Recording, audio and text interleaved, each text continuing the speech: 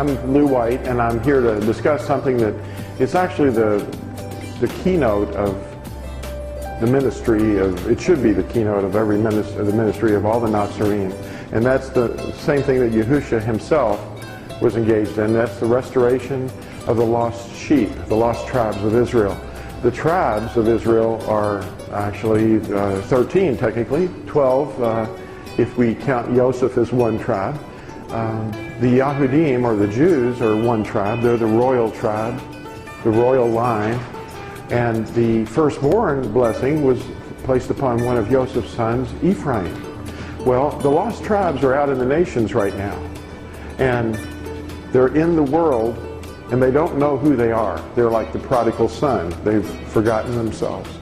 And Yahuwah is calling them back to his household, which is his covenant.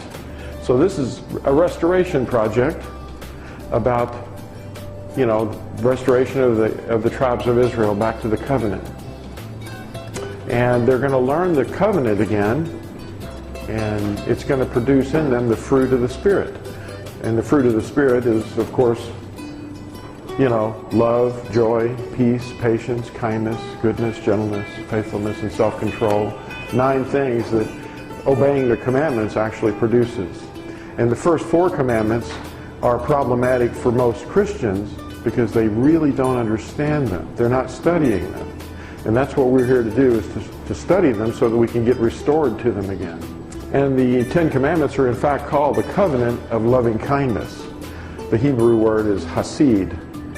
And it's mentioned in 1 Kings 8:23 and 2 Chronicles 6:14 and Nehemiah 1 verse 5.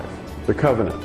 Now, the scattered tribes of Israel, what does that mean, scattered? Well, it means they're not in the land. They were given the permission to be and remain in the land as long as they were obeying the covenant. Now, the moment they stepped out of the covenant and added to it or detracted from it, then they were cast away from the land. And that happened in 2 basic, well, actually 3 expulsions. The Exodus from Egypt brought them back to the land after 40 years. And then that was their first introduction to actually living in the land as a nation of Israel. And then they were taken away around 722 BCE by the Assyrians. They were scattered mostly, but then some were taken away too to Assyria.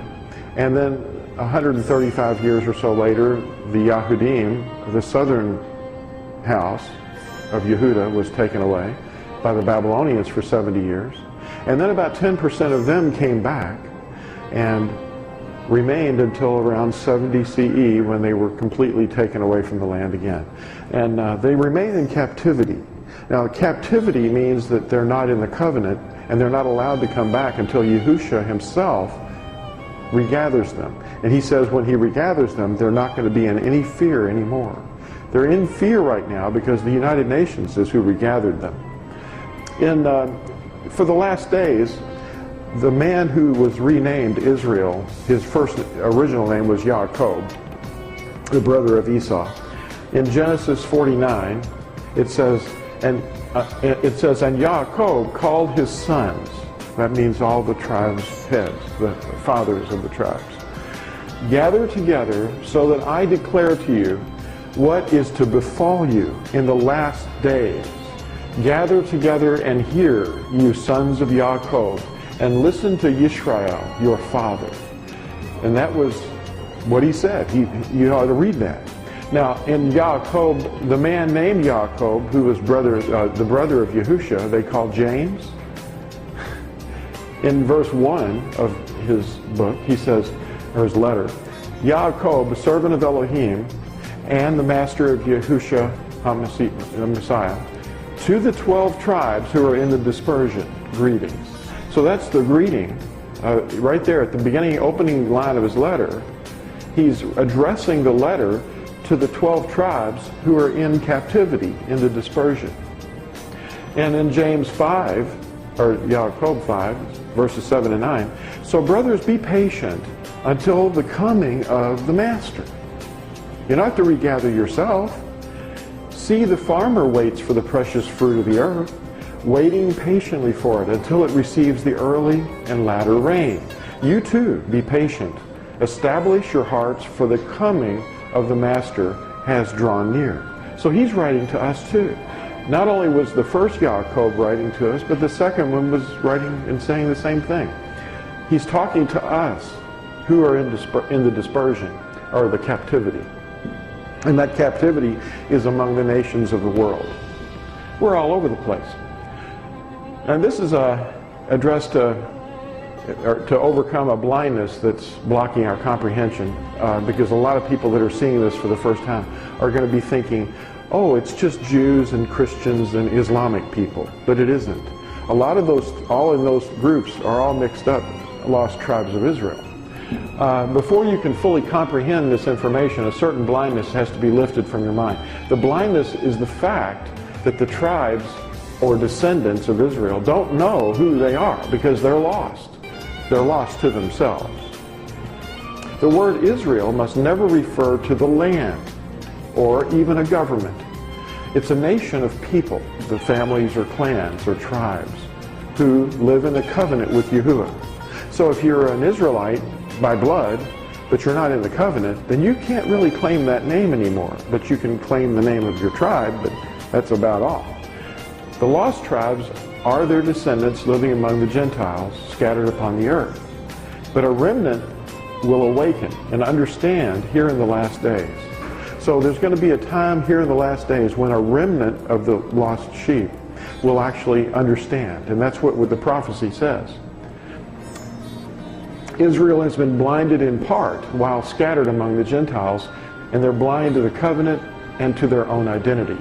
Romans 11 tells us, for starting in verse 25, "For I do not wish you to be ignorant of this secret, brothers, lest you should be wise in your own estimation, that hardening in part has come over Israel, until the completeness of the Gentiles has come in."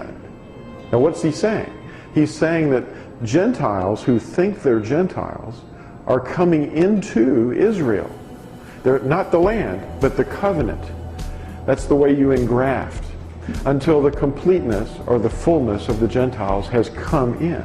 And so all Israel shall be saved, as it has been written, "The deliverer shall come out of Sion, and he shall turn away the wickedness from Jacob. And this is my covenant with them when I take away their sins." So the tribes of Israel are scattered across the face of the earth, and they're living as Gentiles, believing that they are Gentiles. And that is a stronghold or a false idea. It's a prison that people are trapped in. What is a stronghold? A stronghold is a false belief or a notion. Strongholds can be broken by being exposed by the truth, which sets us free from the stronghold. Once exposed by the truth, the lies have no more power over us. A stronghold can blind us from understanding. In 2 Corinthians 10, starting at verse 4, for the weapons we fight with are not fleshly, but mighty in Elohim for the overthrowing of strongholds, overthrowing reasonings, and every high matter that exalts itself against the knowledge of Elohim, taking captive every thought to make it obedient to the Messiah, and being ready to punish all disobedience when your obedience is complete. So he's really referring to us as obeying something.